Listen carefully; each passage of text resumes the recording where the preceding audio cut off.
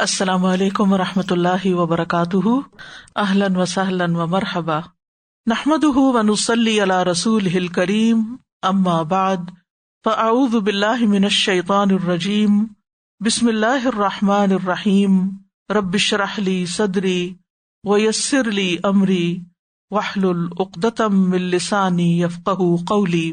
الحمدللہ، اللہ سبحانہ وتعالیٰ کا لاکھ لاکھ شکر ہے جس نے آج ہمیں قرآن کی یہ مجلس عطا کی۔ قرآن مجید بذات خود ایک بابرکت کتاب ہے اور قرآن کی مجالس بھی بابرکت ہوتی ہیں۔ اللہ سبحانہ وتعالی ہمیں اس کی برکت عطا فرمائے۔ قرآن مجید کا پڑھنا اور پڑھانا ایک کامیاب تجارت ہے۔ اللہ سبحانہ وتعالی فرماتے ہیں، ان الذین یتلون کتاب اللہ واقاموا الصلاۃ وانفقوا مما رزقناہم سرا وعلانیۃ یرجون تجارۃ لن تبور۔ بے شک جو لوگ اللہ کی کتاب پڑھتے ہیں اور انہوں نے نماز قائم کی اور جو کچھ ہم نے انہیں دیا اس میں سے انہوں نے پوشیدہ اور ظاہر خرچ کیا، وہ ایسی تجارت کی امید رکھتے ہیں جو کبھی برباد نہ ہوگی۔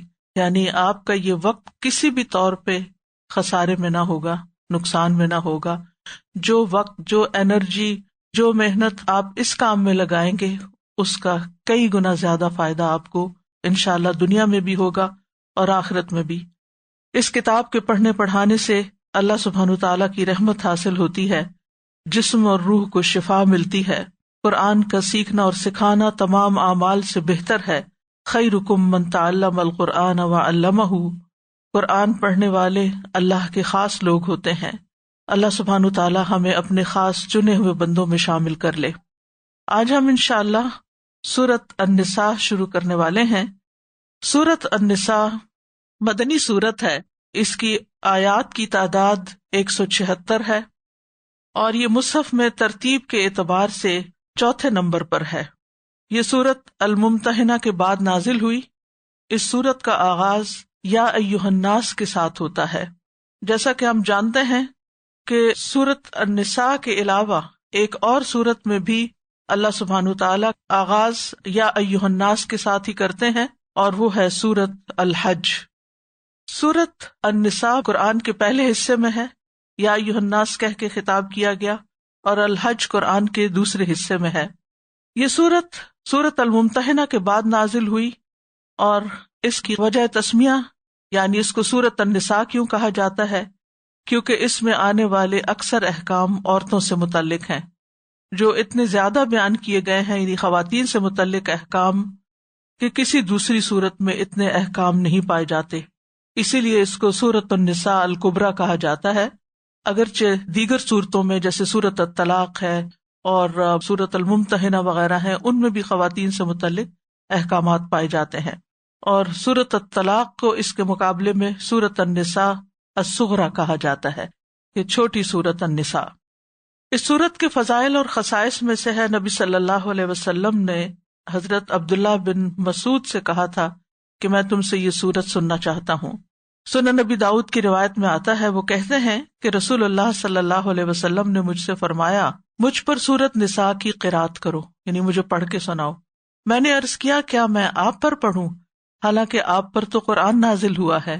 آپ نے فرمایا، ہاں، میں اپنے علاوہ کسی اور سے سننا چاہتا ہوں۔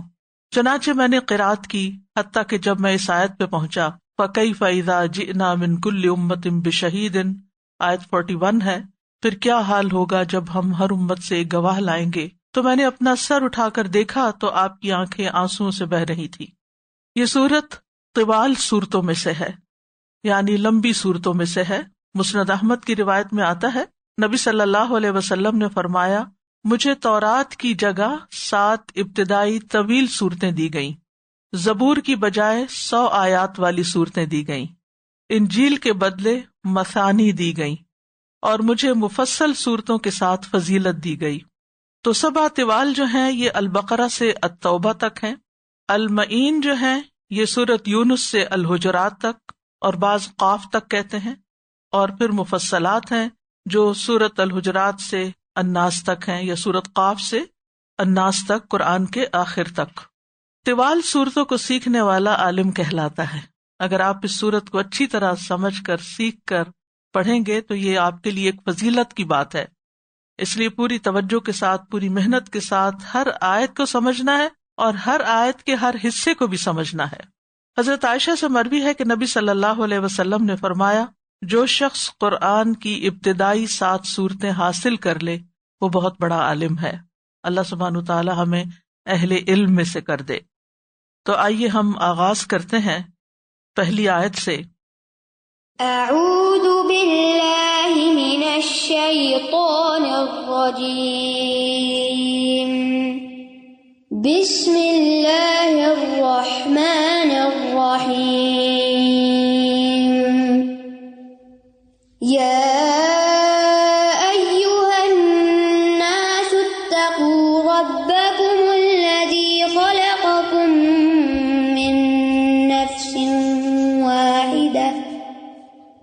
وخلق منها زوجها وبث منهما رجالا كثيرا ونساء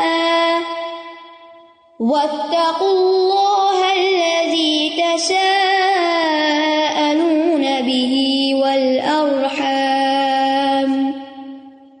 إن الله كان عليكم رقيبا۔ اے لوگو، ڈرو اپنے رب سے جس نے تمہیں ایک جان سے پیدا کیا اور اسی سے اس کا جوڑا بنایا، اور ان دونوں سے بہت سے مرد اور عورتیں دنیا میں پھیلا دیے، اور اللہ سے ڈرو جس کے واسطے سے تم ایک دوسرے سے سوال کرتے ہو، اور رشتوں کو کاٹنے سے بھی بچو، بے شک اللہ تم پر پوری طرح نگران ہے۔ یا ایھا الناس، یا ایھا الناس کہہ کر تمام انسانوں کو خطاب ہے۔ اس سورت کے نازل ہونے سے لے کر جب تک اس زمین پر لوگ باقی ہیں اس وقت تک کے تمام لوگوں سے اللہ سبحانہ تعالی خطاب فرما رہے ہیں۔ کسی ایک خاص قبیلے یا قوم کے لیے یہ خطاب خاص نہیں، صرف مسلمانوں کے لیے بھی نہیں، بلکہ تمام انسانوں کو دعوت دی جا رہی ہے، جو بھی قرآن سن رہے ہیں، جو بھی قرآن پڑھ رہے ہیں، اور جو آئندہ اس کو پڑھیں اور سنیں گے۔ یا ایھا الناس اتقوا ربکم، اے لوگو اپنے رب کا تقوی اختیار کرو، اپنے رب سے ڈرو۔ تقوی کا لفظ عام طور پر ڈرنے کے معنوں میں ترجمہ کیا جاتا ہے، جبکہ تقوی کا لفظی معنی ہے بچنا۔ ایک طرف تقوی کا معنی ہے اللہ کے احکامات پر عمل کرنا، اور دوسری طرف اس کے منع کیے ہوئے کاموں سے بچنا۔ اور بچتا انسان کب ہے؟ جب ڈرتا ہے۔ تو اے لوگو اپنے رب کا تقوی اختیار کرو۔ یہاں ربکم کا لفظ آیا ہے جو تمہارا خالق، تمہارا مالک اور تمہارا مدبر ہے۔ تقوی انسان کے تمام اعمال کی درستگی کا باعث ہے۔ تقوی ہوگا تو ہم اپنی زبان کی حفاظت کریں گے، تقوی ہوگا تو ہم مبالغہ آرائیوں سے بچیں گے، کیونکہ سورۃ النساء میں انسانوں کے حقوق کی بات کی گئی ہے، تو تقوی ہوگا تو ہم دوسروں کے حقوق ادا کریں گے۔ نبی صلی اللہ علیہ وسلم نے ظاہری اور خفیہ ہر حالت میں تقوی کی تلقین کی ہے۔ نبی صلی اللہ علیہ وسلم نے ابو ذر رضی اللہ عنہ سے فرمایا، میں تمہیں خفیہ اور ظاہر ہر طور پر اللہ کے تقوی کی وصیت کرتا ہوں۔ حضرت معاذ رضی اللہ عنہ کو جب یمن کی طرف بھیجا گیا تو انہوں نے کہا، اللہ کے رسول صلی اللہ علیہ وسلم مجھے کوئی وصیت کیجیے۔ آپ نے فرمایا، حسب استطاعت اللہ کا تقوی اختیار کرو، ہر پتھر اور درخت کے پاس اللہ کا ذکر کرو، جب کوئی برائی تم کرو تو اسی وقت توبہ کرو، مخفی برائی کی توبہ مخفی انداز میں اور علانیہ گناہ کی توبہ علانیہ انداز میں ہونی چاہیے۔ تو حقیقت یہ ہے کہ تقوی ہر نیکی کی بنیاد اور ہر نیکی کی جڑ ہے اور ہر گناہ سے بچنے کا راز ہے۔ تقوی انسان کے اعمال کو خوبصورت بناتا ہے۔ ابو ذر کہتے ہیں، میں نے عرض کیا، یا رسول اللہ صلی اللہ علیہ وسلم مجھے کوئی نصیحت فرمائیے۔ آپ نے فرمایا، میں تمہیں اللہ کے تقوی کی نصیحت کرتا ہوں، کیونکہ تقوی تمہارے تمام معاملات کو بہت خوبصورت بنانے والا ہے۔ یعنی جب دل میں اللہ کا ڈر ہوگا، اللہ کی محبت ہوگی، جب ہم ایک ہوش مند انسان کی طرح زندگی بسر کریں گے تو پھر ہم اللہ تعالیٰ کے احکامات پر بھی عمل کریں گے اور اس کی منع کی ہوئی چیزوں سے بھی بچیں گے، تو ہمارا ایمان بھی گڑ جائے گا ہمارے دلوں میں، اور پھر ہماری عبادات بھی خوبصورت ہو جائیں گی، اور ہمارے معاملات اور ہمارے اخلاق ہر چیز میں بہتری تبھی آئے گی جب اللہ کا تقویٰ ہوگا۔ تو تمام انسانوں کو کہا جا رہا ہے یا ایھا الناس اتقوا ربکم، اپنے رب کا تقوی اختیار کرو، الذی خلقکم من نفس واحدۃ، جس نے تمہیں ایک جان سے پیدا کیا، یعنی جس نے تمہیں ایک نفس سے پیدا کیا، جیسا کہ سورۃ الانعام میں آتا ہے وَهُوَ الَّذِي أَنشَأَكُم مِّن نَّفْسٍ وَاحِدَةٍ، وہ ہے جس نے تمہیں نفس واحدہ سے پیدا کیا۔ تو تمام انسانوں کی تخلیق ایک ہی انسان سے ہوئی ہے، اور وہ انسان کون ہے؟ آدم علیہ السلام ہے۔ ہم سب آدم علیہ السلام کی اولاد ہیں، اس لیے باہمی ایک دوسرے پر فخر کرنا، تکبر کرنا، یہ ہمیں زیب نہیں دیتا۔ ہمارے اندر عاجزی اور انکساری ہونی چاہیے، اچھے اخلاق ہونے چاہیے، جس کی وجہ سے ہی انسانوں کے باہمی معاملات درست ہو سکتے ہیں، کمزوروں کو ان کے حقوق مل سکتے ہیں۔ اور یہ بھی یاد رکھیے کہ اول و آخر جتنے بھی لوگ ہیں، ہر رنگ اور ہر نسل کے، وہ سب کے سب بھی آدم کی اولاد ہیں۔ رسول اللہ صلی اللہ علیہ وسلم نے ایام تشریق کے دنوں میں خطبہ دیتے ہوئے فرمایا، اے لوگو، تمہارا رب ایک ہے اور تمہارا باپ بھی ایک ہے، یعنی تم آدم کی اولاد ہو۔ آگاہ ہو جاؤ، کسی عربی کو اجمی پر، کسی اجمی کو عربی پر، کسی سرخ رنگ والے کو کالے رنگ والے پر، اور کسی سیاہ رنگ والے کو سرخ رنگ والے پر کوئی فضیلت اور برتری حاصل نہیں مگر تقویٰ کے ساتھ، جیسا کہ سورۃ الحجرات میں بھی آتا ہے ان اکرمکم عند اللہ اتقاکم وخلق منہا زوجہا، اور اسی نفس سے، اسی جان سے اس کا جوڑا پیدا کیا، یعنی آدم علیہ السلام سے ان کی بیوی حوا علیہ السلام کو وجود بخشا، جس کی وضاحت حدیث میں بھی آتی ہے۔ رسول اللہ صلی اللہ علیہ وسلم نے فرمایا، سنن ابن ماجہ میں آتا ہے، اللہ تعالیٰ نے جب آدم علیہ السلام کو پیدا کیا تو انہیں مٹی اور پانی سے پیدا کیا، اور حوا علیہ السلام کو ان کی چھوٹی پسلی سے پیدا کیا، سب سے اوپر والی پسلی سے۔ اور یہ اس لیے منہا، تاکہ عورت اور مرد کے درمیان اس طرح کی تفریق نہ ہو، باہمی عداوت نہ ہو، نفرت نہ ہو۔ کہنے کا مطلب کیا تھا کہ تم ایک دوسرے سے ہو، یعنی پھر آدم اور حوا سے وبث منہما رجالا کثیرا ونساء، اور ان دونوں سے پھر بہت سے مرد اور عورتیں آگے پھیلا دیے۔ تو مرد ہو یا عورت ہو، جس کے اندر تقویٰ ہوگا وہی اللہ کے ہاں زیادہ عزت والا ہوگا۔ اور پھر یہ ہے کہ باہمی محبت اور احترام اور ایک دوسرے کے ساتھ تعاون تبھی ہو سکتا ہے جب دونوں کے درمیان ایک کمپینین شپ ہو۔ تو پسلی جو ہوتی ہے انسان کے وجود کا ایسا حصہ ہوتا ہے جو اس کے ساتھ لگا ہوا ہوتا ہے، اور اس سے ایک انس محسوس ہوتا ہے انسان کو۔ تو یہاں خلق منہا زوجہا، اسی سے اس کا جوڑا پیدا کیا، اور اس لیے بھی کہ تاکہ انسان اس سے سکون حاصل کرے۔ یعنی جوڑا ہونے کا مقصد اور مطلب کیا ہے کہ دونوں ایک دوسرے کے لیے سکون کا باعث ہوں، محبت کا باعث ہوں، تعاون کا باعث ہوں، زندگی کے مشکل سفر میں ایک دوسرے کے لیے مدد اور سہارا ہوں۔ وَبَثَّ مِنْهُمَا رِجَالًا كَثِيرًا وَنِسَاءً، اور ان دونوں سے بہت سے مرد اور عورت دنیا میں پھیلا دیے۔ بث کا مطلب ہوتا ہے پھیلانا اور متفرق کر دینا، یعنی دونوں کی جو اولاد ہے وہ دنیا میں پھیل گئی مختلف اصناف اور صفات کے ساتھ، جیسے سورۃ الحجرات میں آتا ہے یا ایھا الناس انا خلقناکم من ذکر وانثی وجعلناکم شعوبا وقبائل لتعارفوا، اے لوگو بے شک ہم نے تمہیں ایک نر اور ایک مادہ سے پیدا کیا، اور ہم نے تمہیں قومیں اور قبیلے بنا دیا۔ واتقوا اللہ الذی تساءلون بہ والارحام، اور اللہ سے ڈرو جس کا نام لے کر تم ایک دوسرے سے اپنے حق مانگتے ہو، اور رشتہ داریوں کے معاملے میں بھی۔ یہاں دوبارہ واتقوا اللہ کی بات آئی، اوپر واتقوا ربکم ہے، یہاں واتقوا اللہ ہے، وہاں ربوبیت ہے جس میں محبت ہے کہ تمہیں پیدا کیا اس نے، پالا پوسا، تمہیں سب کچھ دیا، تمہارا خیال رکھا۔ یعنی جو ہمارا محسن ہوتا ہے، جو ہم پر احسان کرتا ہے، جو ہمیں سب کچھ دیتا ہے، تو اس کی طرف ہم نیچرلی انکلائنڈ ہوتے ہیں۔ اور یہاں پر واتقوا اللہ، جب انسانوں کے حقوق کی بات آئی تو پھر اللہ سے ڈرو، الوہیت کی بات ہے، اور الوہیت کے اندر تخویف ہے۔ تخویف کا مطلب ہے خوف دلایا گیا ہے، ڈرنے کی بات ہے یہاں پر۔ الذی تساءلون بہ، کہ جس کے نام کے ساتھ آپ ایک دوسرے سے اپنے حقوق کا سوال کرتے ہیں۔ یعنی آدمی جب کسی کا دل نرم کرنے کے لیے، اپنا حق مانگنے کے لیے بات کرتا ہے تو کیا کہتا ہے؟ میں آپ سے اللہ کے نام پہ سوال کرتا ہوں کہ آپ یہ کام کریں یا یہ کام نہ کریں۔ اور ویسے بھی یہ کہ رسول اللہ صلی اللہ علیہ وسلم نے فرمایا جو تم سے اللہ کے نام پہ پناہ طلب کرے اس کو پناہ دے دو، اور جو تم سے اللہ کے چہرے کے واسطے سے سوال کرے اس کا سوال رد نہ کرو، اس کو بھی دے دو. یعنی میں تمہیں اللہ کا واسطہ دے کے کہتی ہوں کہ ایسا کرو یا ایسا نہ کرو. تو پھر اگر کوئی آپ کو اللہ کا واسطہ دے دے، جو اللہ کا نام بیچ میں لے آئے، بس وہاں پر ہار جاؤ، بس کام کر دو اس کا، اگر وہ ناجائز کام نہیں. اور پھر والارحام، والارحام کو اگر زبر کے ساتھ پڑھا جائے جیسے کہ عموماً ہمارے مصاحف میں ہے تو اس کا مطلب ہے اور رحموں سے، رشتوں سے بھی ڈرو، یعنی ان کو کاٹنے سے ڈرو، رشتہ داریوں کو نبھاؤ. اور یہاں ارحام کی ویلیو بھی بتائی جا رہی ہے کہ اللہ سبحانہ وتعالیٰ نے اپنے بعد رشتوں کا ذکر کیا ہے کہ جیسے اللہ کا ڈر ہے تو ایسے ہی رشتوں کو نبھانے کے بارے میں بھی خوف خدا کرو. اور حمزہ کی قرات میں اس کو والارحامی بھی پڑھا گیا ہے، یعنی زیر کے ساتھ. والارحامی تو مطلب کیا ہوگا کہ تم رشتہ داروں کے معاملے میں رشتوں کا بھی واسطہ دے کے سوال کرتے ہو، یعنی جیسے اللہ کے نام کا واسطہ دیتے ہو ایسے ہی رشتوں کا بھی واسطہ دیتے ہو.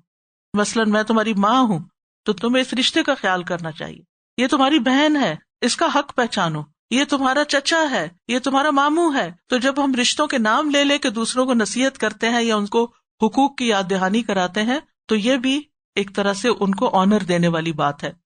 یعنی تم اس بات سے ڈرو کہ تم رشتہ داریوں کو توڑو اور ان کے حق ادا کرنے میں کوتاہی کرو. نبی صلی اللہ علیہ وسلم نے فرمایا اللہ کا تقوی اختیار کرو اور صلہ رحمی کرو.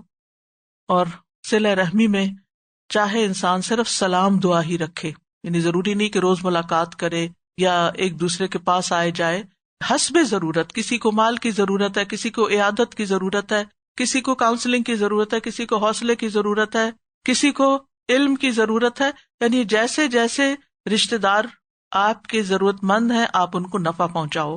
حدیث میں آتا ہے اپنی رشتہ داریوں کو تازہ رکھو چاہے سلام کے ساتھ.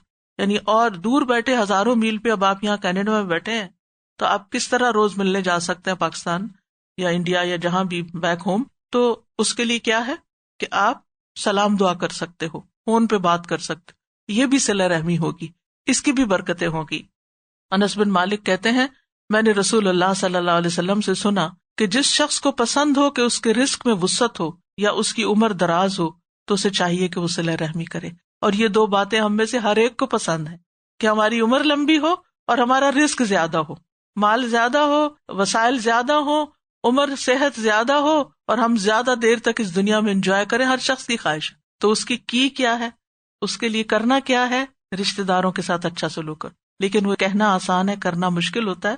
اور صلہ رحمی صرف یہ نہیں ہوتی کہ جب وہ اچھا کرے تو اچھا کرو، وہ اچھا نہ بھی کرے تو بھی تم ان کے ساتھ اچھا کرو، یعنی ڈھیٹ بن کے بھی اچھا کرو. اور کس کے لیے کرو؟ اللہ رب العزت کے لیے کرو. جس دل میں تقویٰ ہوگا اور جس دل میں اخلاص ہوگا وہ لازمی طور پر دوسروں کے حقوق کا خیال رکھے گا. اور پھر آپ دیکھیے کہ تعلقات تبھی اچھے رہتے ہیں کہ جب انسان ایک دوسرے کا لحاظ رکھے، چھوٹی چھوٹی باتوں کو ایشو نہ بنا لے، باتوں کے پیچھے نہ پڑ جائے، بحث مباحثے میں نہ پڑے، لڑائی جھگڑے میں نہ پڑے. اور اس کے لیے ایک چھوٹی سی ٹپ یہ ہے کہ جو باتیں آپ کو دوسروں میں اچھی نہیں لگتی وہ اپنے اندر سے نکال دیں، تو انشاءاللہ تعلقات خود بخود اچھے ہونے. یعنی کوئی ایک طرف اچھا ہوگا تو دوسرا بھی دیکھ کے اچھا ہو جائے گا انشاءاللہ.